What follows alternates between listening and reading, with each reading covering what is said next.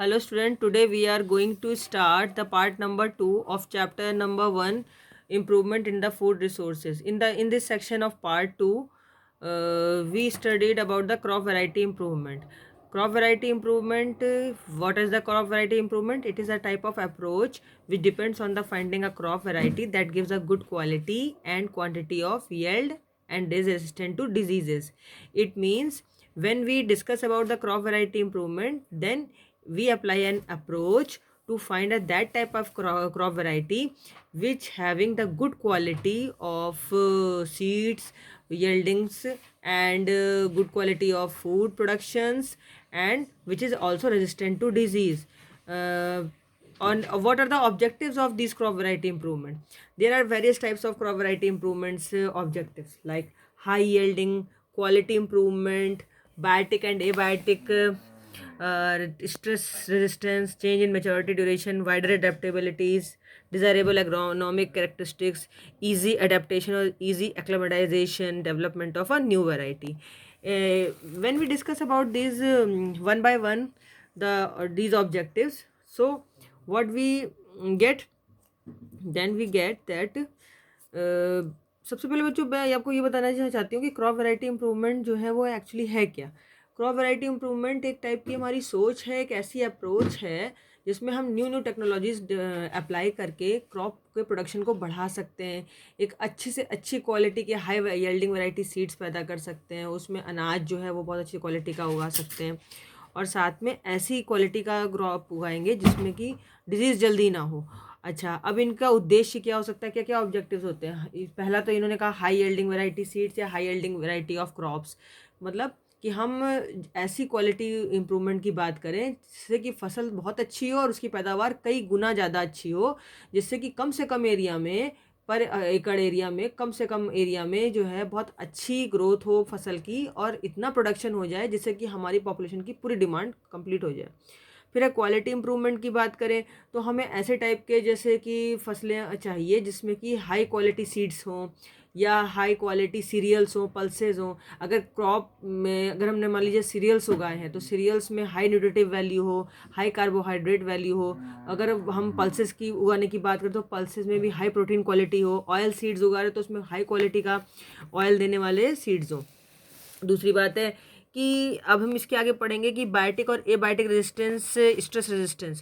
कहने का मतलब है कि ऐसी क्रॉप प्लांट्स उगाएं जिसमें कि बायोटिक फैक्टर जैसे कि कोई माइक्रो ऑर्गेनिज्म है, कोई प्रोटोजोन है, कोई बैक्टीरिया है, वायरस है, वो ग्रोथ ना कर सके जल्दी। और एबायोटिक का मतलब हुआ जैसे कि कोई सूखा पड़े, कहीं पर बहुत बारिश हो जाए, कहीं पर ह्यूमिडिटी हो जाए या पाला पड़ जाए, जाड़ा हो जाए बहुत ज़्यादा, तो उससे नमी है या बहुत गर्मी है तो इससे क्रॉप ख़राब ना हो जल्दी। अच्छा, दूसरी बात है कि क्वालिटी इंप्रूवमेंट में जब हमने बात की थी तो हम ये भी कह सकते हैं कि फ्रूट्स और वेजिटेबल्स इस टाइप के उगाएं जिनका शेप वो बड़ा साइज़ और शेप बड़ा परफेक्ट हो। जैसे कि बहुत लोग बात करते हैं सीडलेस टोमेटोज़ की और सीडलेस ग्रेप्स और ऑरेंजेस की जिसमें कि बीज ही ना हो, ऐसा टमाटर उगा दें। और ऐसे क्या कहते हैं कि बड़े बड़े पत्तियों वाले साग उगाएं। तो उससे क्या होगा, उससे ये होगा कि हमारी हाई यील्डिंग क्वालिटी जो क्रॉप होगी उससे हमारा प्रोडक्शन तो बढ़ ही रहा है। दूसरी बात है कि इकोनॉमिक वैल्यू ऐसी क्रॉप की बहुत ज़्यादा होगी और डिमांड भी पूरी होती चली जाएगी। अब आता है तीसरा उद्देश्य ये होता है कि चेंज इन मेच्योरिटी ड्यूरेशन, मतलब फसल यानी कि the time is reduced between the sowing and harvesting time of crop. कहने का मतलब है कि जब बीज बोया है तो बीज बोने और फसल को काटने के बीच का जो टाइम होगा वो कम हो जाए, ऐसी हाई यील्डिंग वैरायटी क्रॉप हो। और दूसरी बात है कि इसमें जो प्रॉफिट हो वो सबसे ज़्यादा होना चाहिए, टाइम लेबर कम लगे, मैन्योर फर्टिलाइज़र का कंजम्पशन कम हो, न्यूट्रिटिव वैल्यू भी हाई हो और पैसे भी कम लगे। फिर है वाइड रेड एडेप्टिबिलिटीज़, ये इस टाइप की क्रॉप हो जो कि ऐसी क्रॉप हो जो विद स्टैंड रेड डॉट्स और क्या कहते हैं कि रेनफॉल में, ह्यूमिडिटी में, एक्सट्रीम टेम्परेचर में, मतलब जब बहुत ज़्यादा गर्मी पड़े तो भी क्रॉप ख़राब ना हो और जब बहुत ज़्यादा सर्दी पड़े तो भी क्रॉप ख़राब ना हो।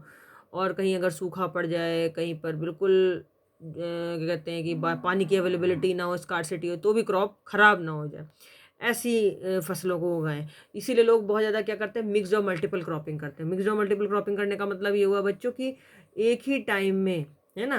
द प्रोडक्शन ऑफ 2 और more than 2 crops in a one particular area in a one time, यानी कि एक पर्टिकुलर एरिया में फार्मर के द्वारा एक ही समय में 2 या 2 से ज़्यादा फसलें उगा लेना। जैसे बहुत लोग क्या करते हैं, आम की खेती के साथ साथ नीचे गेहूँ लगा लेते हैं, बहुत लोग मटर के पौधे भी उगा लेते हैं, सब्जी भी लगा लेते हैं।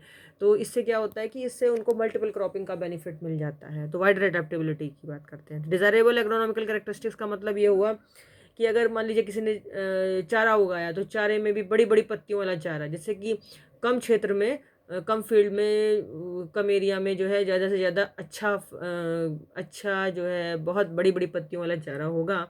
तो उससे क्या होगा कि कंजम्पशन कम होगा, और जो प्रॉफिट होगा, इकोनॉमिक प्रॉफिट, वो ज़्यादा होगा फार्मर को। अच्छा, और अब बात कर सकते हैं कि एक्लेमेटाइजेशन, ईजी एक्लेमेटाइजेशन, मतलब एक्लेमेटाइजेशन का मतलब है बच्चों अडेप्टेशन, अनुकूलन। ऐसी क्रॉप हो जो किसी भी क्लाइमेटिक फैक्टर से या कोई नई क्लाइमेटिक कंडीशन से अडेप्टेशन करना जाने। ऐसी crop variety, new crop variety जो कि जल्दी से किसी ख़राब मौसम में अपने आप को अडेयर कर सके, अपने आप को स्टैंड बाय कर सके।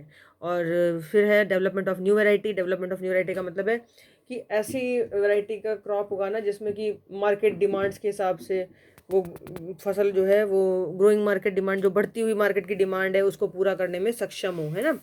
और ऐसे सीड्स हों, ऐसे जैसे कि मैंने भी बताया था सीडलेस टोमेटोज और सीडलेस ऑरेंज जैसे, यानी कि बहुत लोग अब बात करते हैं कि सीडलेस ब्रिंजल की बात करते हैं कि कोई मतलब बीज ही ना हो ऐसा बैंगन उगाएं, ऐसे टमाटर उगाएं। और आगे हम बात करेंगे बच्चों की another technique which is needed for the crop variety improvement, that is also called as plant breeding. Plant breeding एक ऐसा साइंस है, एज वेल एज ऐसा आर्ट है, जिसमें कि हम improving quality of genotype of plants, मतलब प्लांट के जीनोटाइप में हम इम्प्रूवमेंट कर सकते हैं। और उससे क्या हो सकता है, उससे हाई यील्डिंग बढ़ सकती है, और इकोनॉमिकल जो क्राइटेरिया है फसल का, या इकोनॉमिकल बेनिफिट है, वो ज़्यादा उठा सकता है किसान। Plant breeding actually it is a technique which is which is help to produce high yielding varieties of plants under all environmental conditions, like diverse conditions, variable climate, soil quality, availability of water, etc. Various approaches which are used for genetic improvement of crop plants are refer to as plant breeding methods और techniques. मतलब plant breeding एक ऐसी technique है, एक ऐसी approach है जिसमें कि हम डिफरेंट टाइप के जो जीन्स होते हैं प्लांट के, उनको चेंज कर सकते हैं। और इन सब को चेंज करके, अगर मान लीजिए कि सॉइल की क्वालिटी अच्छी नहीं है, वाटर की अवेलेबिलिटी ज़्यादा अच्छी नहीं है, एक्सट्रीम कंडीशन है इन्वायरमेंट की, फिर भी अच्छी फसल उगेगी। और उससे जो है ह्यूमन बींग को बहुत फ़ायदा हो सकता है। अच्छा, अब प्लांट ब्रीडिंग में कौन कौन सी टेक्निक अप्लाई की जा सकती हैं? डिफरेंट टेक्निक्स है, जैसे हाइब्रिडाइजेशन है, इंट्रोडक्शन है, म्यूटेशन है, रिकॉम्बिनेंट डीएनए टेक्नोलॉजी है, जेनेटिक इंजीनियरिंग है। इस टाइप की बहुत सारी टेक्निक्स है। हम एक टेक्निक की बात करेंगे वर्ड बाय वर्ड, कि जैसे ओल्ड मेथड क्रॉप इम्प्रूवमेंट, पुराना जो मेथड था क्रॉप इम्प्रूवमेंट का, वो क्या था? वो क्रॉप इम्प्रूवमेंट का पुराना मेथड था इंट्रोडक्शन। इंट्रोडक्शन का मतलब होता है when we introduce a new variety of plant from their native place to a new region with a different climate where they were never grown before is called introduction। मतलब कहने का ये है कि अगर हम कोई एक पुराने क्षेत्र से कोई भी ऐसा एक प्लांट लाते हैं और उसको न्यू रीजन में लेके जाते हैं, न्यू एरिया में, जहाँ पर वो दोबारा पहले उससे पहले उगाया ना गया हो, और उसको ले जा करके नई जगह पर उगा देना, और तो वो कहलाता है इंट्रोडक्शन। और इसमें क्या होता है कि ऐसे प्लांट को जिसको हम नई जगह से ला रहे हैं और दूसरी जगह लगा रहे हैं, तो वो वहाँ पे जो भी क्लाइमेटिक कंडीशंस होती हैं उनसे एडजस्टमेंट करता है, तो इसको बोलेंगे एक्लेमेटाइजेशन। अब दूसरा मेथड होता है सिलेक्शन। सिलेक्शन में क्या करते हैं कि ये कोल्डेस्ट मेथड है, ट्रेडिशनल मेथड है क्रॉप इम्प्रूवमेंट का। इस मेथड में कोई भी एक इंडिविजुअल प्लांट लेते हैं, ग्रुप ऑफ प्लांट में से, और उसकी जो भी डिजायर्ड कैरेक्टरिस्टिक हमें चाहिए होते हैं, ऐसा प्लांट सेलेक्ट कर लिया एक पॉपुलेशन से। उसके बाद उसकी मल्टीप्लिकेशन कराई, उसको ज़्यादातर मात्रा में उगाया, उसके सीड्स वगैरह जो भी डिजायर्ड कैरेक्टर के सीड थे वो हमने उगाए, और फिर उसके बाद उसमें से जो न्यू कैरेक्टरिस्टिक जो हमें चाहिए उनको सिलेक्ट करके उगाया, बाकी को हटा दिया। तो ये बहुत पुराना मेथड है। लेकिन अब न्यू मेथड में क्या आने लग गया है, अब इसमें भी देखिए पहले दो मेथड अप्लाई किए गए थे, एक था मास सिलेक्शन और दूसरा था pure line selection. Mass selection में क्या करते थे कि number of similar plants with desired characteristics are selected, कि बहुत सारे जो जो हमें मांगे होती थी उस टाइप के जो जो विशेषताएं हमें चाहिए होती थी उस प्लांट में, उसको हम लेते थे और उनको है सिलेक्ट करके मिक्सडली ग्रो करते थे एक ही जगह पर, और उनसे जो नए नए प्लांट पैदा होते थे उनमें से जो हमें अच्छे लगते थे उनको उगा लेते थे, तो उसको बोलते थे मास सिलेक्शन। लेकिन और जो बाकी के जो हमें नहीं चाहिए होते थे उनको हम डिस्कार्ड कर देते थे, उनको हटा देते थे। लेकिन इससे क्या हुआ कि जैसे कि बहुत सारी वैरायटीज़ होती हैं एप्पल्स की, ग्रेप्स की, पियर की, है ना, ये इसी से उगाई जाती है कि जो जो हमें डिजायर्ड करेक्टरिस्टिक चाहिए उस करेक्टरिस्टिक के पौधे लिए, उनके बीज लिए, उनको उगा लिया, बाकियों को छोड़ दिया। फिर आता है pure line selection. Pure line selection में क्या करते हैं, जो भी डिजायर्ड करेक्टरिस्टिक्स है होती हैं उन बीजों को लेकर के एक अलग रो में, एक खेत में एक अलग रो बनाते हैं, एक अलग लाइन बनाते हैं, उसमें वो सारे पौधे उगाते हैं जिस जो हमें करेक्टरिस्टिक चाहिए। और फिर जो पुरानी वैरायटी होती है उसको हम बिल्कुल नहीं उगाते, और जो न्यू वैरायटी के जो एक लाइन से पौधे उगा रखे हैं उन्हीं को जो है आगे बढ़ाते चले जाते हैं और उन्हीं से आगे फसल का उत्पादन बढ़ा करके लेते चले जाते हैं, उसको बोलते हैं प्योर लाइन सिलेक्शन। इस मेथड से जैसे बहुत सारे क्या कहते हैं कि बासमती चावल है उसको उगाते हैं, कल्याण सोना है 2227, पूसा PV18, ये वीट की क्वालिटी है।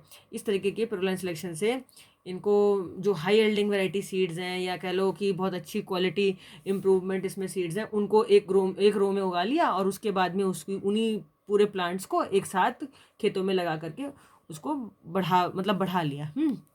अब आता है कि जो सिलेक्शन होता है human beings is called as artificial selection. अब जो ह्यूमन बींग के द्वारा सिलेक्शन किया जाता है उसको आर्टिफिशियल सिलेक्शन बोलेंगे। इसमें क्या करते हैं, जैसे क्रॉप वैरायटी में जो भी डिजायरेबल करेक्टरिस्टिक चाहिए, जैसे कि मान लीजिए हमको चाहिए कि ऐसा वैरायटी सीड हो जिसमें डिजीज रेजिस्टेंस हो, जिसमें बीमारी जल्दी ना पनपे, और जिसमें जो है फर्टिलाइजर्स और बायो फर्टिलाइजर्स ज़्यादा ना डालने पड़े और हाई प्रोडक्टिविटी दे, तो उसके लिए हम आर्टिफिशियल सिलेक्शन करते हैं। जैसे कि हमने वाइल्ड कैबेज वगैरह ये उगानी शुरू की, ब्रोकली, वाइल्ड कैबेज से क्या किया, फिर ब्रोकली, कैबेज और अदर वैरायटी की सीड्स उगाए। अब एक तीसरी टेक्निक आती है हाइब्रिडाइजेशन। हाइब्रिडाइजेशन में क्या करते हैं, हाइब्रिडाइजेशन में क्या करते हैं मेनली कि एक ऐसी टेक्निक है जिसमें मिक्सिंग ऑफ कैरेक्टर्स, यानी कि कैरेक्टर्स को मिक्स कर देते हैं। एक प्लांट की एक कैरेक्टरिस्टिक वाले सीड लिए या एक प्लांट लिया जिसमें एक डिफरेंट वैरायटी की कैरेक्टरिस्टिक थी और दूसरा प्लांट जिसमें डिफरेंट वैरायटी की कैरेक्टरिस्टिक थी, दोनों को लिया अलग अलग और दोनों को लेकर के मर्ज कर दिया, एक दूसरे में मिला दिया और ऐसा एक पौधा नया उगा लिया जिसमें दोनों की कैरेक्टरिस्टिक पाई जाती है, तो इसको बोलते हैं हाइब्रिडाइजेशन। इसमें क्या करते हैं, जैसे एक का मेल पौधा ले लेंगे, उसके पॉलन ले लेंगे, और दूसरा जो इम्प्रूव्ड क्वालिटी का मेल, मान लीजिए हमने मेल वैरायटी ले लिया और उसके पॉलन लेकर के जो फीमेल प्लांट है दूसरी कैरेक्टरिस्टिक है उसमें, उसके ऊपर जा करके उन पॉलेंस को छिड़क दिया, तो उससे क्या होगा, उससे ये होगा कि जो मेल पॉलेंस जो होंगे वो फीमेल प्लांट्स के ऊपर जा करके क्या कहते हैं कि फर्टिलाइज हो जाएंगे। फर्टिलाइजेशन करने के बाद में वो उस टाइप के हाई यील्डिंग वैरायटी सीड जो हमें डिमांडेड है उसमें वो पैदा करेंगे। अब इसमें जैसे कि देखिए यहाँ डायग्राम एक बना हुआ है, मैं इससे समझाती हूँ आपको कि देखिए मान लीजिए प्लांट वन है, ये प्लांट टू है। प्लांट वन में क्या था, डिजीज रेजिस्टेंट, यानी कि इसमें कोई जल्दी बीमारी नहीं हो सकती, और प्लांट टू में क्या, ये हाई यील्डिंग देता है, हाई प्रोडक्टिविटी देता है, बहुत ज़्यादा मात्रा में उगता है।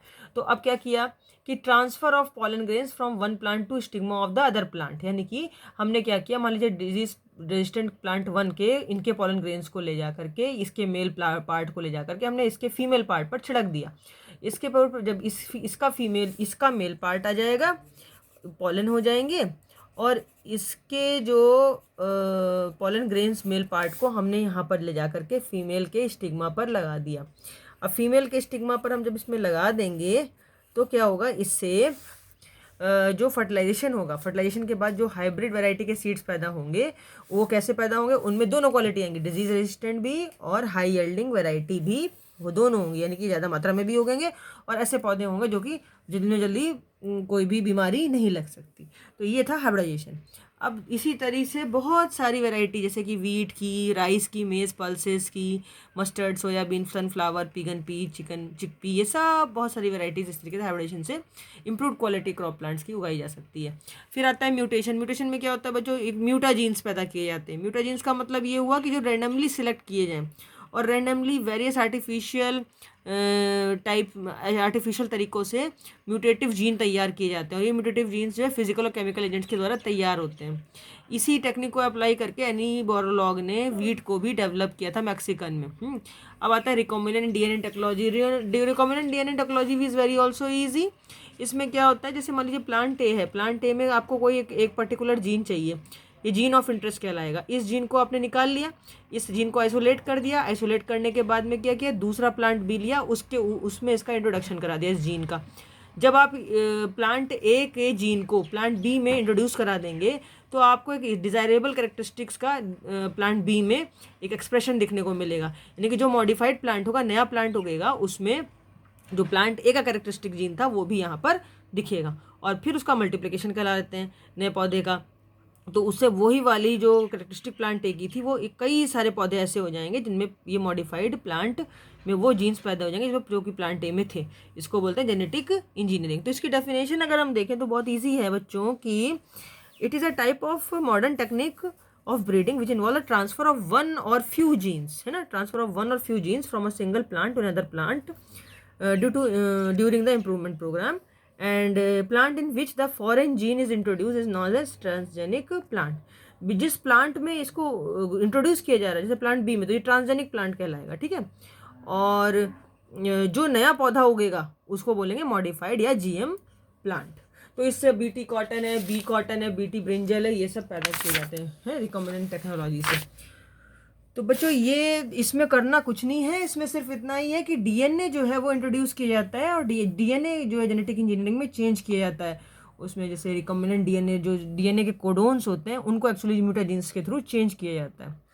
और यही रिकॉम्बिनेंट डीएनए टेक्नोलॉजी जो है पर्टिकुलर कैरेक्टरिस्टिक शो करती है, और जो पर्टिकुलर कैरेक्टरिस्टिक शो करती है उसको हटा देते, उसको आइसोलेट कर लेते हैं, उसको अलग कर लेते हैं, उसको बोलते हैं डोनर। जो देने वाला प्लांट है उसको डोनर डीएनए बोलेंगे, और उसको जाकर के प्लांट बी में इंट्रोड्यूस करें तो जिसमें इंट्रोड्यूस करें उसको, उसका डीएनए को होस्ट डीएनए बोलेंगे। और दोनों जब होस्ट डीएनए के अंदर जो डोनर डीएनए उसको डाल देंगे तो उसको बोलेंगे रिकॉम्बिनेंट डीएनए, ठीक है। अब रिकॉम्बिनेंट डीएनए जो तैयार होगा उसको आप ट्रांसजेनिक ऑर्गेनिज्म भी बोल सकते हैं, ठीक है। तो इस तरीके से ये crop production, high yielding variety improvement हमने पढ़ा आज। अच्छा बच्चों, अभी क्रॉप वैरायटी इंप्रूवमेंट की बात हमने कर ली। अब मैं नेक्स्ट वीडियो में आपको जो है क्रॉप प्रोडक्शन मैनेजमेंट के बारे में बताऊंगी। Okay, till then please like my video and share these videos also. Okay, bye.